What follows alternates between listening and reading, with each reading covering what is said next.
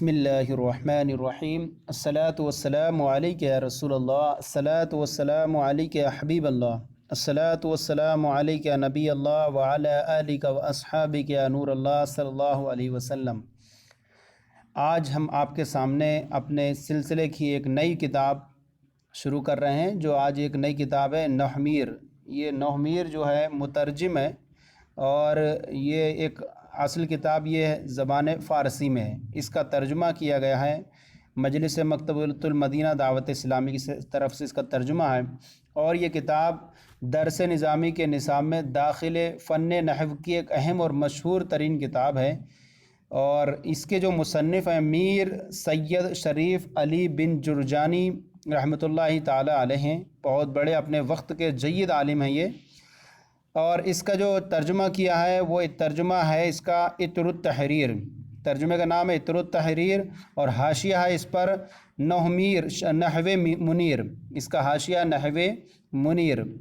اور اس کے جو پیچھے ہیں وہ ترکیبی ہیں اور فوائد تعریفات نحویہ ہیں، وہ اس کی جو ہیں وہ تعریفات نحویہ اور ترکیب جو ہیں وہ اس میں خز کی گئی ہیں۔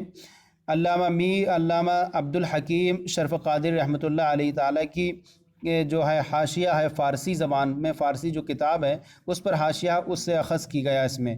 تو آج ہم اس کے بارے میں انشاءاللہ پڑھیں گے۔ اور یہ کتاب اتنی اہم ہے کہ پورے دنیا بھر کے تقریباً جہاں جہاں بھی اگر یہ رواج ہے ہندوستان کے، تو تقریباً تمام مدارس کے اندر اور پاک و ہند میں سب میں یہ کتاب تقریباً پڑھائی جاتی ہے، اور اس کا بہت زیادہ فائدہ آپ کو نظر آئے گا۔ آج ہم اس کے بارے میں پڑھیں گے اچھی طریقے سے، اور ہمارا یہ سلسلہ یہ چلتا رہے گا۔ آئیے ہم سب سے پہلے شروع کرنے سے پہلے اس کو ابتدائی باتیں پڑھ لیتے ہیں، کیونکہ جب تک کسی بھی فن کو اگر اس کی تعریف، اس کی موضوع غرض و غایت کو نہ جانا جائے تو وہ علم ایک طرح سے اس کے بارے میں مجہول اور طلب اور عبث طرح سے لازم آتا ہے کہ جب تک ہمیں موضوع نہیں معلوم ہوگا، تعریف معلوم نہیں ہوگی، تو دوسرے علم سے کیسے امتیاز کر پائیں گے۔ موضوع معلوم نہیں ہوگا تو پتہ نہیں چل پائے گا کہ اس کا موضوع کیا ہے، دوسرے کا موضوع کیا ہے۔ غرض نہیں ہوگی پتہ تو مجہول طلب لازم آئے گی، کہ جس کے بارے میں ہم ایک علم حاصل کر رہے ہیں اس کے بارے میں پتہ ہی نہیں غرض کیا ہے۔ اور پھر اس کے واضح کے بارے میں جاننا ہمیں کہ اس کے واضح کون ہیں، کنہوں نے اس علم نحو کو وضع کیا اور اس کی وجہ تسمیہ، پھر اس کے بعد آگے انشاءاللہ پڑھیں گے۔ آئیے دیکھیے ابتدائی باتیں۔ نحو کی تعریف۔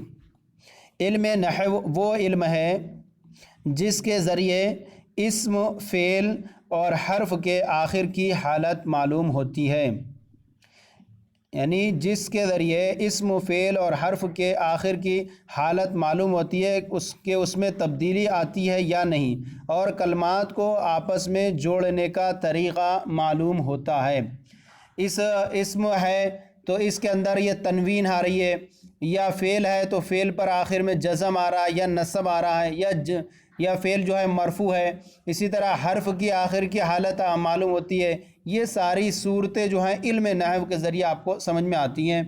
پھر یہ تبدیلی اس میں آتی ہے کہ اسم ہے تو کبھی اسم پر جو ہے رفع آ رہا ہے، کبھی نصب آ رہا ہے، کبھی جر آ رہا ہے، اور اسی طرح فعل ہے تو فعل پر کبھی نصب آ رہا ہے اور کبھی جزم آ رہا ہے، اور کبھی فعل مرفوع ہو رہا ہے۔ تو یہ ساری تبدیلیاں جو ہیں آپ کو علم نحو کے ذریعے سے معلوم ہوں گی، اور کلمات کو آپس میں جوڑنے کا طریقہ معلوم ہوتا ہے کہ کلمات ہیں بہت سارے، مثلا پہلے ہے فعل، فاعل، مفعول، اب یہ کئی ہیں اس کے جملے کے اندر، اس کو آپس میں ہم جوڑیں گے کیسے، فعل کو کہاں لائیں گے، فاعل کو کہاں لائیں گے، مفعول کو کہاں لائیں گے، اور کس کو کس سے جوڑیں گے، من کو کس سے جوڑیں گے، یہ سارے طریقے آپ کو علم نحو کے اندر معلوم ہوتے ہیں۔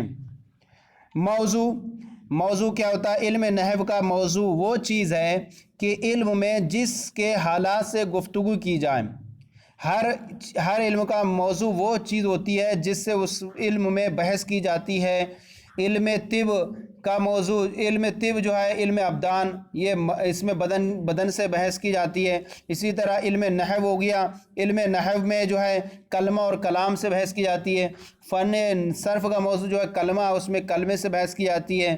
اسی طرح علم کلام ہے تو یہ اس میں علم میں اس میں عقیدے کے تعلق سے بحث کی جاتی ہے تو ہر علم کا موضوع وہ ہوتا ہے جس میں اس سے بحث کی جائے۔ تو علم کا موضوع وہ ہے کہ علم میں جس کی حالت سے گفتگو کی جائے۔ نحو کا موضوع کلمہ اور کلام ہے، صرف کا موضوع جو ہے صرف کلمہ ہے، اور نحو کا موضوع جو ہے وہ کلمہ اور کلام دونوں کا مجموعہ ہے کہ اس میں دونوں سے بحث کی جاتی ہے۔ نحو میں کلمے کی بحث اس اعتبار سے ہوتی ہے کہ اس کا آخر بدلتا ہے یا نہیں۔ نحو میں جو ہے بحث جو ہوتی ہے درمیان سے نہیں ہوتی کہ درمیان میں کیا ہے، حرکت کون سی آ رہی ہے، بلکہ نحو میں جو ہوتی ہے وہ بحث کلمے کے آخر کے اعتبار سے ہوتی ہے کہ اس کے آخر بدل رہا یا نہیں، بدل رہا ہے تو کیوں ہے، رفع آ رہا ہے تو کیوں آ رہا ہے، نصب آ رہا ہے تو کیوں آ رہا ہے۔ جیسے آپ ہم کہیں جاء زیدن، یہاں زیدن میں دال پر جو ہے ضمہ آیا تو یہ کیوں آیا، یہ پہچاننا ہوگا۔ پھر رأیت زیدن، یہ زیدن پہ زبر آ گیا، تنوین دو فتح کی صورت میں آ گئی۔ اسی طرح مررت بزیدن میں یہ تنوین کسرے کی صورت میں آئی۔ تو یہ ساری چیزیں آپ کو یہ تبدیلی ہوئی، اسی کے اندر زید کے اندر تبدیلی ہوئی، ایک زیدن ہوا، ایک زیدن، ایک زیدن ہوا، لیکن یہ تبدیلی کو پہچاننا یہ کیوں ہوئی، یہ تبدیلی کی ساری صورتیں آپ کو علم نحو کے اندر سمجھ میں آئیں گی۔ علم نحو میں کلمے کی بحث اس اعتبار سے ہوتی ہے کہ اس کا آخر بدلتا ہے یا نہیں۔ تو بدلتا ہے تو جیسے آپ نے دیکھا بدل نہیں رہا ہے تو کیوں نہیں بدل رہا، جیسے آپ کہیں جا ہاؤلائی، ورایت ہاؤلائی، مررت بہاؤلائی، تینوں حالتوں میں ہاؤلائی ہے، یہ بدل نہیں رہا تو کیوں نہیں بدل رہا، اس کی وجہ کیا ہے، یہ ساری صورتیں آپ کو جو ہیں وہ علم نحو میں بتائی جائیں گی۔ غرض کیا ہے، غرض یعنی فائدہ اور مقصد اس کو سیکھنے کا۔ عربی کلام میں لفظی خطا سے بچنا، لفظی خطا سے بچنے کے لیے یہ ہمیں علم نحو سیکھتے ہیں۔ ہمیں جو ہے یہ پہچاننا ہے کہ ہمارے فاعل جو ہوتا ہے وہ مرفوع ہوتا ہے، ہمارا مفعول ہوتا ہے وہ منصوب ہوتا ہے، اسی طرح حرف جر آ جائے تو اسم مجرور ہوگا۔ تو یہ ساری صورتیں لفظی غلطی سے ہمیں بچنا ہوگا۔ لفظی غلطی اگر ہوتی رہی انسان کی تو وہ معنی میں بھی فرق ہوتا ہے اس کی وجہ سے۔ تو جیسے کہ ہم کہیں کہ جا زیدن، یہ زیدن پہ رفع آنا ہے کیونکہ فاعل ہے، اب اگر اس کو کہ نصب پڑھے تو اس کا معنی میں بھی تبدیلی آنے لگتی ہے۔ تو یہ ساری چیزیں عربی کلام میں لفظی خطا سے بچنا، یعنی خالص عربوں کے طریقے کے مطابق کلمات کو جوڑنا اور کلمات کے آخر میں تبدیلی لانا یا نہ لانا، کہ کس کلمے کے آخر میں ہمیں تبدیلی لانی ہے، کس کے آخر میں تبدیلی نہیں لانی ہے۔ عرب کے طریقے پر کلمات کو ہمیں جوڑنا ہے کہ عرب کیسے جوڑتے ہیں، فعل لاتے ہیں، فاعل لاتے ہیں، مفعول لاتے ہیں، متعلقات لاتے ہیں، وہ ساری صورتیں آپ کو یہ اس کے اندر یہ غرض ہے اس کی۔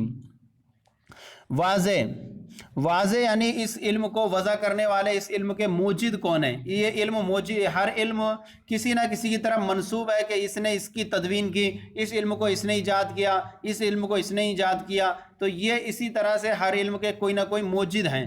تو ایسے ہی یہاں پر واضح بیان فرما رہے ہیں کہ علم نحو کے واضح اور موجد کون ہیں۔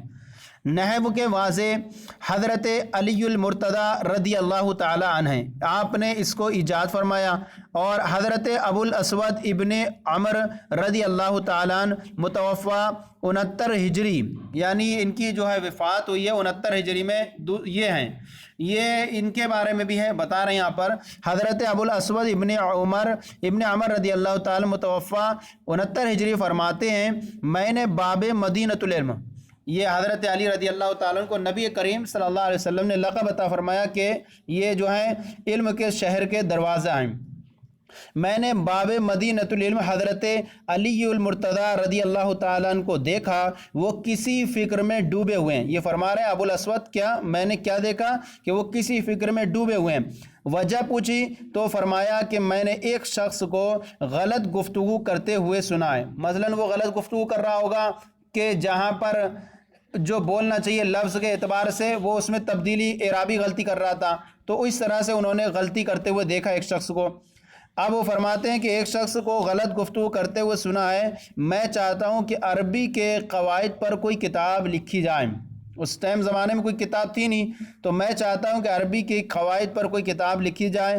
3 دن کے بعد حاضر ہوا۔ حضرت ابو الاسود فرماتے ہیں میں نے ان کو غم میں ڈوبے ہوئے دیکھا، پھر جب میں 3 دن کے بعد حاضر ہوا تو آپ نے ایک صحیفہ عنایت فرمایا، چھوٹا سا ایک کتابچہ رسالہ آپ نے صحیفہ عنایت فرمایا، جس میں اسم، فعل اور حرف کی تعریف تھی۔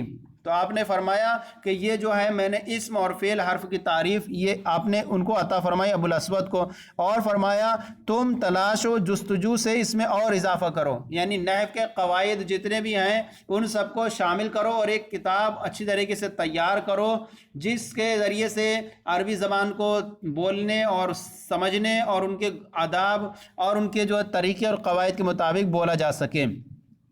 حضرت سیدنا ابو الاسود رضی اللہ تعالیٰ نے اس میں اسم و فعل حرف میں اور بھی شامل فرمایا، اس میں باب عطف، نعت، تعجب اور حروف مشبہ بالفعل کا اضافہ کیا۔ یہ آپ سب پڑھیں گے آگے چل کے کہ عطف بیان، نعت، صفت، تعجب، حروف مشبہ بالفعل کا اضافہ کیا۔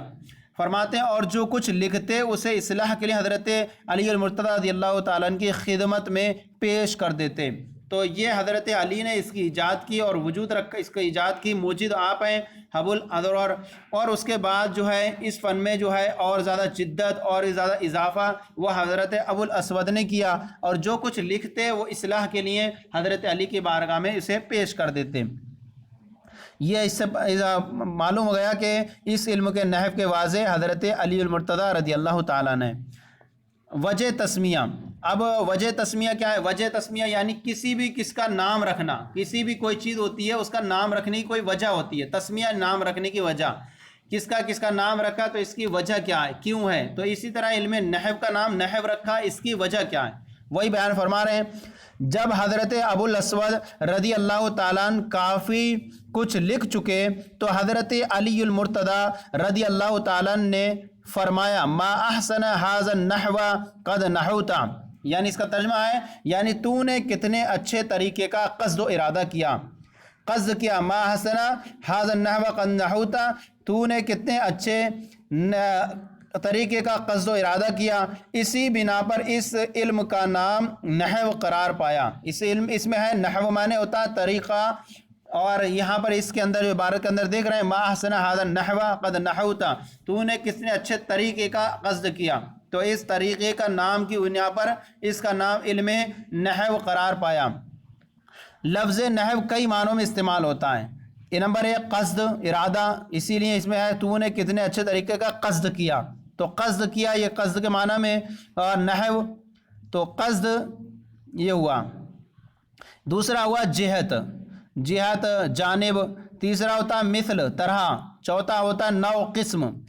اس علم کو پہلے معنی کے اعتبار سے نحو کہا جاتا ہے، پہلے معنی یعنی قصد کے اعتبار سے اس کو نحو کہا جاتا ہے کہ تو نے کتنے اچھے طریقے کا قصد کیا، اس قصد کے معنی کے اعتبار سے اسے علم کو علم نحو کہا جاتا ہے، کیونکہ نحو کا معنی ہے قصد و ارادہ، تو اس پہلے معنی کے اعتبار سے اس علم کو نحو کہا جاتا ہے، کیونکہ مصدر بعض اوقات اس میں مفعول کے معنی میں استعمال ہوتا ہے، جیسے قصد ہے بمعنی مقصود، قصد بمعنی مقصود، جیسے آپ فرما رہے ہیں کیونکہ مصدر یہ قصد ہے، مصدر ہے کیونکہ مصدر بعض اوقات اس مفعول کے معنی میں ہوتا ہے، جیسے کہ خلق بمعنی مخلوق استعمال ہوتا ہے، اسی طرح قصد بمعنی مقصود ہے۔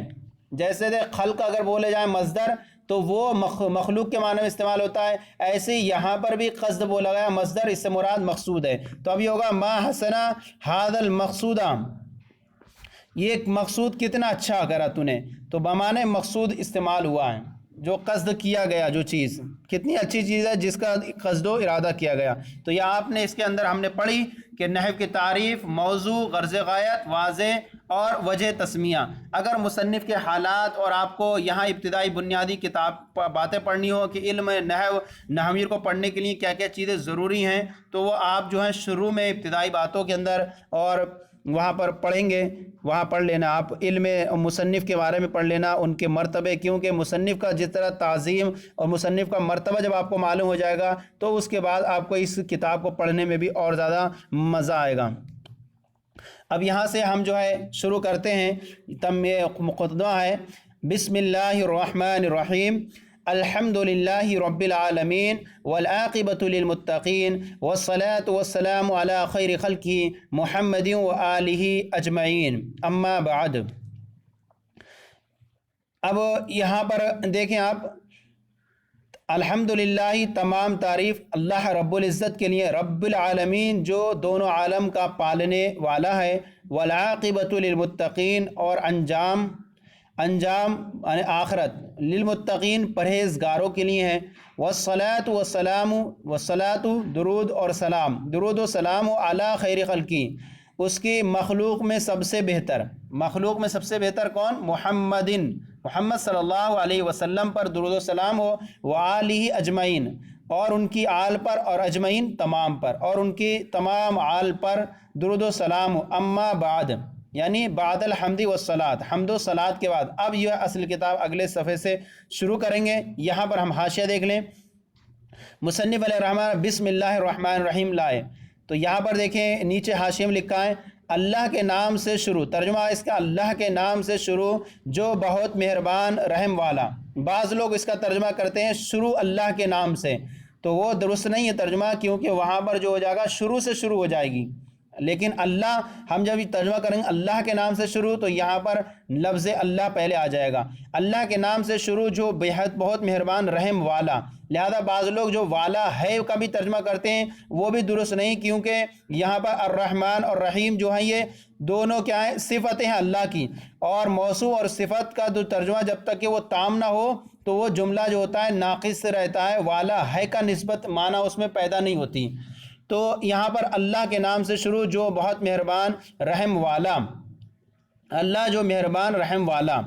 یہ ترجمہ امام اہل سنت، عاشق ماہ نبوت، حامی سنت یعنی سنت کو زندہ کرنے والے، ماہی بدعت، بدعت کو مٹانے والے اعلیٰ حضرت احمد رضا خان علیہ رحمۃ الرحمن نے کیا ہے۔ بعض لوگ اس طرح سے ترجمہ کرتے ہیں شروع کرتا ہوں میں اللہ کے نام سے، حالانکہ اس طرح اللہ تعالیٰ کے نام پاک سے ابتدا نہیں ہوتی، بلکہ سب سے پہلے یہ جملہ آتا ہے شروع کرتا ہوں۔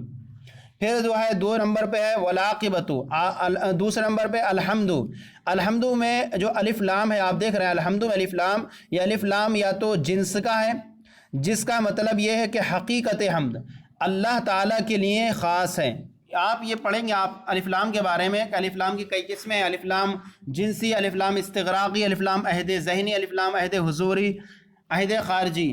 یہاں پر جو ہے الف لام کے بارے میں 2 قول ہیں کہ الف لام یا تو جنس کا ہے، یعنی جنس حمد، جنس حمد جو ہے وہ سب حقیقت حمد اللہ تعالیٰ کے لیے خاص ہے، یا جو ہے الف لام استغراق کا، استغراق کا معنی ہوتا ہے تمام۔ اب اس کا معنی ہوگا جس کا معنی یہ تمام محامد، یعنی جتنی بھی تعریفیں ہو سکتی ہیں وہ تمام تعریف اللہ تعالیٰ کے لیے خاص ہیں۔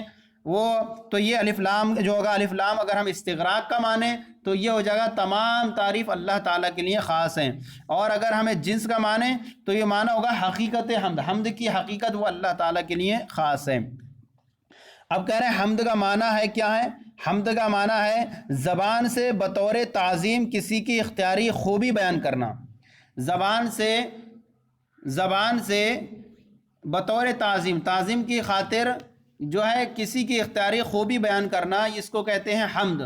عربی میں تعریف ہوتی ہے والحمد هو الثناء باللسان على جمیل الاختیاری نعمتاً کان وغیرہ، زبان سے تعریف کرنا کسی کی اختیاری خوبی پر، چاہے وہ نعمت کے عوض ہو یا نعمت کے عوض نہ ہو۔ اس کی سب آپ تفصیل اور اس کے اندر جو اختلاف ہے وہ سب آپ بڑی کتابوں میں پڑھیں گے، جو شکر اور حمد اور مدح وغیرہ آتا ہے۔ اب یہاں پر لفظ اللہ آیا، لفظ اللہ کیا ہے؟ لفظ اللہ اس ذات پاک کا علم ہے، نام ہوتا ہے علم ہے، اللہ پاک کا علم ہے جس کا موجود ہونا ضروری ہے، جس کا موجود ہونا ضروری ہے، اور وہ تمام صفات کمال کاملہ کی جامع ہے، یعنی جتنی بھی صفاتیں ہو سکتی ہیں کامل وہ ساری کی ساری اللہ تعالیٰ کے لیے ہیں۔ اللہ تعالیٰ ان تمام صفات کا جامع ہے، جیسے کہ متکلم، سمیع، بصیر، حی، قادر، قدرت، یہ ساری صفات جو ہیں وہ اللہ تعالیٰ کی ہیں۔ اللہ تعالیٰ تمام صفات کمالیہ کی جامع ہے وہ ذات۔ تو اللہ اس ذات پاک کا علم ہے جس کا موجود ہونا ضروری ہے، وہ تمام صفات کمالیہ کی جامع ہے۔ رب آیا، الحمدللہ رب، رب کا معنی ہے پالنے والا، رب کا معنی ہوتا ہے پالنے والا۔ العالمین، عالم بفتح لام، لام کے فتح کے ساتھ، یہ لام یعنی فتح جو بولے جاتا ہے وہ عام طور پر مشترک ہے، لیکن جو ہم سمجھیں کہ یہاں پر عالم پہ لام پہ فتح ہے، فتح بفتح لام عالمین عالم کی جمع ہے، اللہ عز و جل کے علاوہ جمی مخلوق کو عالم کہا جاتا ہے، یعنی ما سوا اللہ کو جو ہے عالم کہا جاتا ہے۔ اللہ کے علاوہ جتنا بھی دنیا ہے 18,000 عالم بتائے گئے تو وہ سارے کے سارے وہ سب عالم میں شمار ہیں۔ اب پھر یہ ہے رب آیا یہاں پر، رب جب خالی بولا جاتا ہے تو وہاں پر جو ہے اللہ تعالیٰ کے لیے ہوتا ہے، لیکن جب کسی کی طرف نسبت کی جاتی ہے تو وہ دوسروں کے لیے بھی استعمال ہوتا ہے، جیسے اوروں کے لیے آیا قرآن پاک میں اس طرح سے آیا ہے رب المال، نسبت کرنے کی وجہ سے دوسرے کی طرف بھی وہ استعمال ہوتا ہے رب المال۔ اسی طرح قرآن پاک میں بھی آیا کہ حضرت یوسف علیہ السلام نے بادشاہ کی طرف نسبت کرتے ہوئے کہا، لیکن بغیر اضافت جب استعمال ہوتا ہے تو وہ اللہ تعالیٰ کے لیے استعمال ہوتا ہے رب۔ نمبر 3 العاقبہ، عاقبہ معنی ہوتا ہے پرے، بمعنی آخرت، آخرت المتقین متقی کی جمع ہے بمعنی پرہیزگار۔ یہ آپ جمع بھی سمجھیں کہ عربی کے اندر ایک واحد ہوتا ہے، ایک تثنیہ ایک جمع، اور انگلش کے اندر تثنیہ نہیں ہوتا، بس پلورل ہوتا ہے جمع، تو واحد ایک کو بولتے ہیں عربی کے اندر، تثنیہ 2 کو، اور جمع 2 سے زیادہ کو۔ اب بمعنی متقی جمع معنی کیا ہے؟ اس کا معنی پرہیزگار۔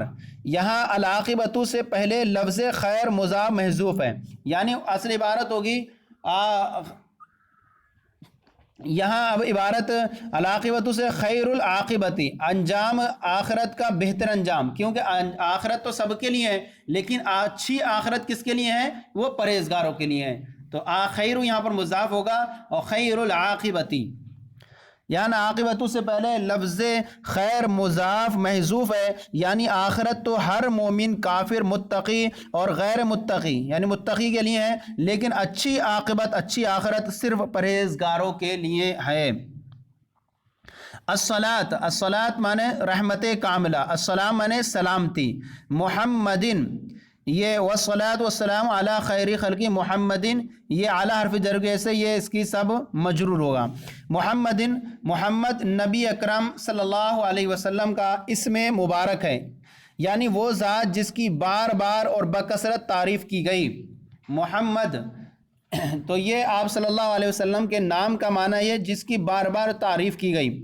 مسئلہ یہاں سے ایک بیان فرما رہے ہیں، حضور نبی اکرم صلی اللہ تعالیٰ علیہ وسلم کو نام لے کر پکارنا اور یا محمد کہنا ہمارے لیے جائز نہیں۔ یا محمد یہ ایک طور سے نبی کریم صلی اللہ علیہ وسلم کو اس طرح سے پکارنا یہ جائز نہیں، بلکہ ان کے صفاتی نام لے کر کے پکار سکتے ہیں، یا رسول اللہ، یا نبی اللہ، یا حبیب اللہ، کہ یہ یا محمد کہہ کر کے پکارنا درست نہیں، آپ کا یہ ذاتی نام لے کر کے۔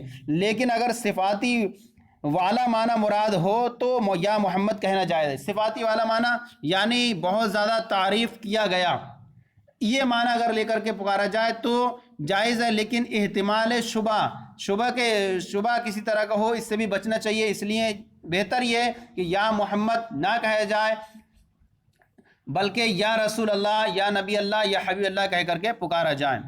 اب یہاں پر لفظ آل آیا، آل جو ہے نبی اکرم صلی اللہ تعالیٰ علیہ وسلم کے مسلمان رشتہ دار اور ازواج مطہرات کو کہتے ہیں۔ آل جو ہے نبی اکرم صلی اللہ علیہ وسلم کے مسلمان رشتہ دار، زیادہ تر حضرت علی کے جو خاندان ہے اور نبی کریم صلی اللہ علیہ وسلم کا خاندان، اس کو بھی آل کہا جاتا ہے۔ آل کا استعمال بہت زیادہ یہ استعمال ہے اور یہ اس میں اختلاف بھی ہے، آگے انشاءاللہ آپ کو بیان کیا جائے گا۔ آل نبی کریم صلی اللہ علیہ وسلم کے مسلمان رشتہ دار اور آپ کی جتنی بھی بیویاں ہیں آپ کی جو ہے وہ سب کو بھی آل کا استعمال کیا جاتا ہے ان پر بھی۔ اجمعین، اجمعین آیا اس میں، اجمعین مانے بمانے تمام، اجمعین مانے بمانے تمام۔ اب یہاں پر آیا نوٹ دیکھیے، یہاں پر فرما رہے ہیں حدیث پاک کے مطابق ہر کام کی ابتدا بسم اللہ اور اللہ تعالیٰ کے حمد سے کرنی چاہیے۔ دیکھیے مصنف نے پہلے بسم اللہ لائے، پھر اس کے بعد الحمد لائے۔ حدیث پاک میں کیا ہے؟